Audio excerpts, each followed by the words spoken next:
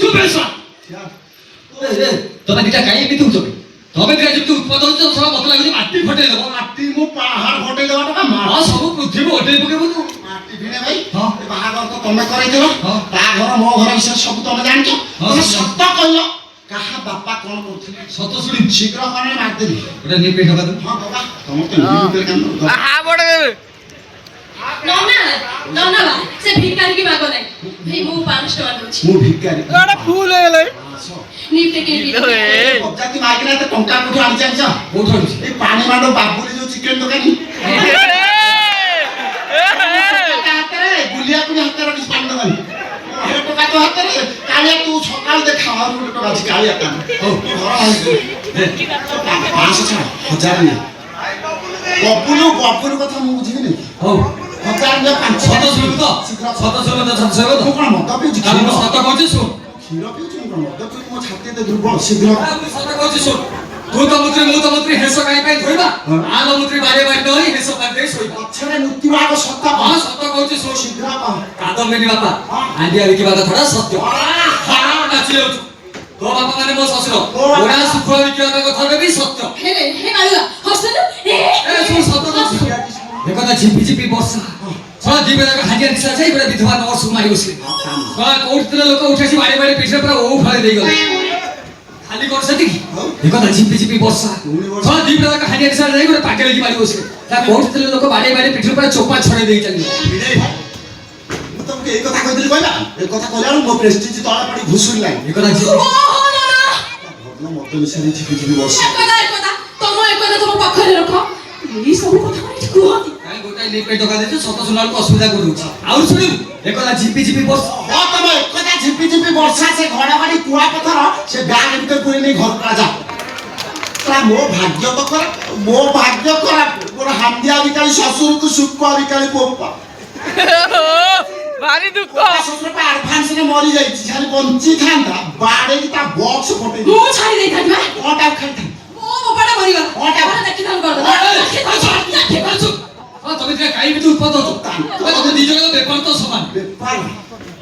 ଆଉ ଗୋଟେ ନିପେ ଟଙ୍କା ଦେବୁ ସବୁ ସମସ୍ୟାର ସମାଧାନ ଦେବି ଆଉ ଗୋଟେ ନି ପର ଗୋଟେ କ୍ଲାଟ ଦେବି କିନ୍ତୁ ଆଉ ଗୋଟେ ସମସ୍ୟା କି ତାକୁ ସମାଧାନ କରିବି ଆଉ ଗୋଟେ ସମସ୍ୟା ଭାରି ଜଟିଳ ସିରିୟସ ସମସ୍ୟା ପୁରା ସିରିୟସ ସମସ୍ୟା ଶୁଣ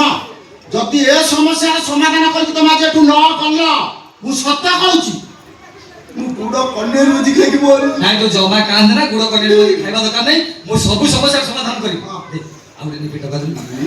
1000 ଟଙ୍କା ଦଉଛି ଜଗନ ସମସ୍ୟା ସମାଧାନ କର ମୁଁ ଗୋଟେ କଣ ଚୋର କହିବା ଆଉ ତୋ ବଢିଆ କହିବି ଜମା ନନା ମୁଁ 5000 ଦଉଛି ଏଇ ଟଙ୍କା ବବୁଲ ଜଗନ ଭାଇ ଏଇ ଟଙ୍କା ବବୁଲ ଦେଇଛି ଭଲ ହେଇଛି ହଉ ଦି ଜଣ ତ ସମସ୍ୟା ଜଣ ଜଣ କରି କୁହ ତମେ ତ ଜାଣିଛ ମୋର ବାବୁ ଘର ଚାକିରି ସେଠି ବହୁତ କାମ ଦିନ 9ଟାରୁ ରାତି 10ଟା ବାଜି ଯାଉଛି ସେଠି ବିଭିନ୍ନ ପ୍ରକାର ଜଞ୍ଜାଳ ବେସର ବଟା ଶାଗ ଏତେ ଲମ୍ବା ନା ଯଦି ରଚନା ଲେଖିବ ସବୁ ଜଞ୍ଜାଳ ସାରି ବାବୁ ମାନଙ୍କୁ ଖାଇବା ପିଇବାକୁ ଯଦି ଫେରିଲା ବେଳକୁ ମତେ ରାତି 10ଟା ବାଜିବ ବାଧା ଲାଗେ ଦିନ କାମ ଧନ୍ଦା କରି ବାଧା ଲାଗେ ମୁଁ ବାଟରୁ ଭାଙ୍ଗଟାଏ ଖାଇକି ଭାଙ୍ଗ ଖାଉଛୁ ଆମେ ତାକୁ କହି ଖାଉଛୁ ଭାଙ୍ଗ ତମେ ମାଳ ବାଲା ବୁଝିପାରିବନି ଭାଙ୍ଗ ଯିଏ ଖାଇଛି ସିଏ ଜାଣିଛି ତା ପାୱାର ତା ମାଇପ ଜାଣିଛି ସେଟା ବୁଝିପାରିବନି ଖାଇକି ଗୋଟେ ଜୋସ୍ ନେଇକି ସେ ଆସେ ଆମେ ସ୍ୱାମୀ ସ୍ତ୍ରୀ ରାତି ଅଧରେ ଭଲ ମନ୍ଦ ଦୁଃଖ ସୁଖ ବୁଝିପାରୁଥିବ ଆଉ ମୁଁ ଆସି ଘରେ ପହଞ୍ଚିଲା ବେଳକୁ ବଜାତି ମାଇକିନିଆ 22ଟା ଖଣ୍ଡେ ରୁଟି ଗେବି ଦେଇକି ଉପରକୁ ମେଲା କରି ଶୋଇଥିବ ତୁ ଯେତେ ଡାକିବି ହଲେଇବି ଜମା ଜମାରୁ ରାତି ଅଧରେ ତ ମାଇପ ଉଠିବନି ଘଇତା ବାଧ୍ୟ ହେଇଲା କି କ୍ଲବ ଘର ନହେଲେ ମନ୍ଦିର ବାରଣ୍ଡାରେ ଶୋଇ ବାହାଘର 5 ବର୍ଷ ହେଇଗଲା କ୍ୟାଲେଣ୍ଡର ବାପା ଡାକ ଶୁଣି ପାରିଲେ ସାଙ୍ଗସାଥି ସବୁ କମେଣ୍ଟ ମାରୁଛନ୍ତି କଣ ଜାଣିଛ କମନ୍ତି କହୁଛନ୍ତି ମୁଁ କହିଲି ଗୋଟେ ଅଳ ପୁରୁଷ ବିଲେଇବେ ଡାଉଟ ଲାଗୁଛି ବଜାତି ମାଗଣା ଗୋଟେ ବାଞ୍ଝ ପଡିଆ କଣ କହିଲୁ ମୁଁ ବାଞ୍ଝ ପଡିଆ ନନା ଦେଖୁଛ ଇଏ କେମିତି କହୁଛି ସବୁ ସତ କଥା କହୁଛି ଶୁଣ ସକାଳୁ ରାତି ଯାଇ ମୋର କେତେ କାମ କହିଲ ବହୁତ କାମ ନାହିଁ ଘର କାମ କରିବି ଗ୍ରୁପ କାମ କରିବି ଏତେ ସବୁ କାମ ସାରିଲା ପରେ ବି ଜାତକ ପକ୍ଷୀ ମାନେ ଯୋଗଳି ଖିଆ ବାଟକୁ ଯାଇ ବସିଥିଲି ଯୋଗଳି ଖିଆ ସବୁଦିନ ଭାଗ ଖାଇ ଆସି ଗୋଡ ଉପରକୁ ଟିକେ ଘୁଙ୍ଗୁଡି ମାରିବ ତୁ ତ ଠିକ ଟାଇମରେ ଗୋଡଟା ତଳକୁ କରେଇ ଦଉ ଯେତେ ହଲେଇଲେ ବି ଶୁଣିବନି ତୁ ହଲଉଥିଲୁ କାଇଁ ରାତି ସାରା ବସି ମୁଁ କାନ୍ଦୁଥିବି ଇଏ ବାଡି ଖିଆ ମନରେ ମୋ ପ୍ରତି ଟିକେ ବି ଭଲ ପାଇବା ନାହିଁ କାନ୍ଦ ନନା ନନା ଇଏ ସାଙ୍ଗମାନେ ସତ କଥା କହୁଛନ୍ତି। ସାଙ୍ଗମାନେ କଣ କଣ ସାଙ୍ଗମାନେ କହିବି ହଁ। ସତକୁ ସତ ତୁ ହଉଛୁ ଗୋଟେ ଅଣପୁରୁଷ। ତୁ ବାଞ୍ଝ ପଡ଼ିଆ ତୁ ଅଣପୁରୁଷ। ତୁ ବାଞ୍ଝ ପଡ଼ିଆ ନୁହଁ ଭାଇ ତୁ ବ୍ଲାଡର ନଥିବା ଗୋଟେ ଫୁଟବଲ ଆଚ୍ଛା ଶୁଣ ମତେ ବିଲେଟ କରିଦେ ଆଚ୍ଛା, ଆଚ୍ଛା। ତୋ ଯୋଉ ସାନ ଭଉଣୀ ନା ଗେଡ଼ିଟା ଗୋଲ ମୁହିଁ ତାକୁ ଆଣିକି ଥର ପାଖରେ ରଖ ସେ ତ ମତେ ପସନ୍ଦ କରୁଛି ସେ ମତେ ଟେଷ୍ଟ କରି କହିବ ମୁଁ ଅଣପୁରୁଷ କି ବୀର ପୁରୁଷ ତୁ ମୋ ସାନ ଭଉଣୀ କେମିତି ରଖିଲେ ହଁ। ମୋର ବି ଆଉ ତୋ ପାଖରେ ରହିବାର ନାହିଁ। ହଁ। ମାନେ ତୋର ଯୋଉ ସାନ ଭାଇଟା ଅଛି ସିଏ ବି ଟିକେ ଟିକେ ମତେ ପସନ୍ଦ କରେ। ମୁଁ ତାକୁ ନେଇ ରହିବି ସିଏ କହିବ ମୁଁ ବାଞ୍ଝ ପଡ଼ିଆ କି କଣ। ମୋ ସାନ ଭାଇ କି ହଁ କୁଣ୍ଢେଇକିରି ଶୋଇବ ଦେଖିବି ତୋରି ଆଗରେ ଶୋଇବି ତୋରି ଆଗରେ। କୋଷ୍ଠୀରେ ଆଜି ଗ୍ୟାସ ରେ ମାରିଦେଇଛି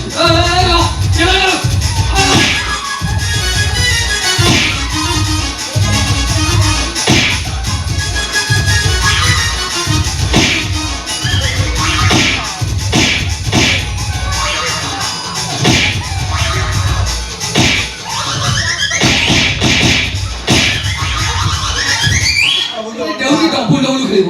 କାହିଁ ଦିଟା କେମିତି ଉତ୍ପାତ ହଉଛ ଭାଇ ମୁଁ ସବୁ ସମସ୍ୟାର ସମାଧାନ କରିବି ଖାଲି ଟିକେ ଅପେକ୍ଷା କର ଟିକେ ମାରି ନା ଡବୁଲ ଡବୁଲ ଖେଳିବ ତ ମତେ ରମଣୀ ମାରିଦିଅ। ହରାଡା ହେଇଥିଲା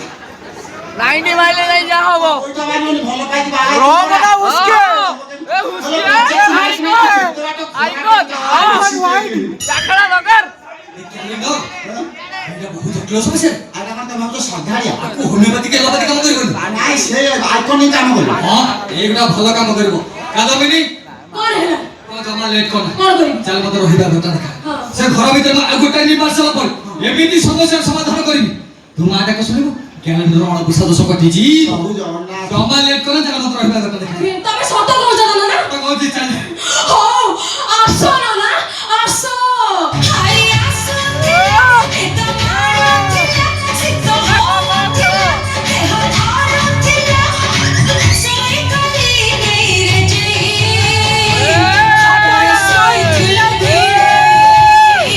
ଖଟରେ ଶୋଇଥିଲେ ଭିଡ଼େ ଆସୁଛି ଶାଳକ ମହାଶୟ କିଣେ ଭାଇ ଘର ଭିତରେ ଆଉ ଗୋଟାଏ ନିର୍ବାଚନ ପରେ ଏମିତି ସମସ୍ୟାର ସମାଧାନ କରିବି କାଦମ୍ବିନୀ ମା ଡାକ ଶୁଣିବ ତୋର ଅଣପୁଷା ଦୋଷ କଟିଛି କାଦମ୍ବିନୀ ଆଉ ଜମା ଲେଟ୍ କର ଚାଲ ମତେ ରହିବା ଘଟା ଦେଖା ଓ ଆସ ନା ଆସ ଖଟରେ ଶୋଇଥିଲେ ଭିଡ଼େ ଖଟରେ ଶୋଇଥିଲେ ଭିଡ଼େ ଭାଇ ନେଇଗଲା ତା ତ ବୁଲଉନି ପୁରା ଷ୍ଟାଣ୍ଡ ଫ୍ୟାନ୍ ବୁଲଉଛି ଇଏ ମୋ ଭିଣେ ଗାଈ କହୁଥିଲେ ଆଉ ଗୋଟେ ଆଇକନିକ ମାରିଦେଲେ କୁଆଡେ ମୋ ସ୍ତ୍ରୀ ଗର୍ଭବତୀ ହେଇଯିବ କଣ ଆଇକନିକ ଯୋଡା ନେଇ ଯାଉଛି ଗୋଟେ କୋର୍ସ ଗର୍ଭବତୀ ଔଷଧ ପଡିଛି ନା ନା ତମେ ସଂସାର ଦେଖିବ ସବୁ ପ୍ରକାର ନୁଙ୍ଗୁଡା ପାରିବ ଭିଣେଇଙ୍କ ଭଳିଆ ନୁଙ୍ଗୁଡା କେବେ ପାରିବ ଇଏ ଶ୍ୱଶୁରର ଲାଇସେନ୍ସ ପ୍ରାପ୍ତ ନୁଙ୍ଗୁଡା କେତେବେଳେ ଶଳା ଭାଜଟେ ହାତ ମାରି ଏବାଗିଆ ଶାଢୀଟେ ହାତ ମାରି ଏବାଗିଆ ଇଏ ଯୋଉ କିଲି ମାଇକିନା ଭିତରକୁ ନେଇକି ଗଲାଣି କଣ ତ ଗୋଟେ ଘଟଣା ଘଟେଇ ଦବ କ୍ୟାଲେଣ୍ଡରରେ ତୁ ଶ୍ୱଶୁର ପୋଷଳା ମରିଯା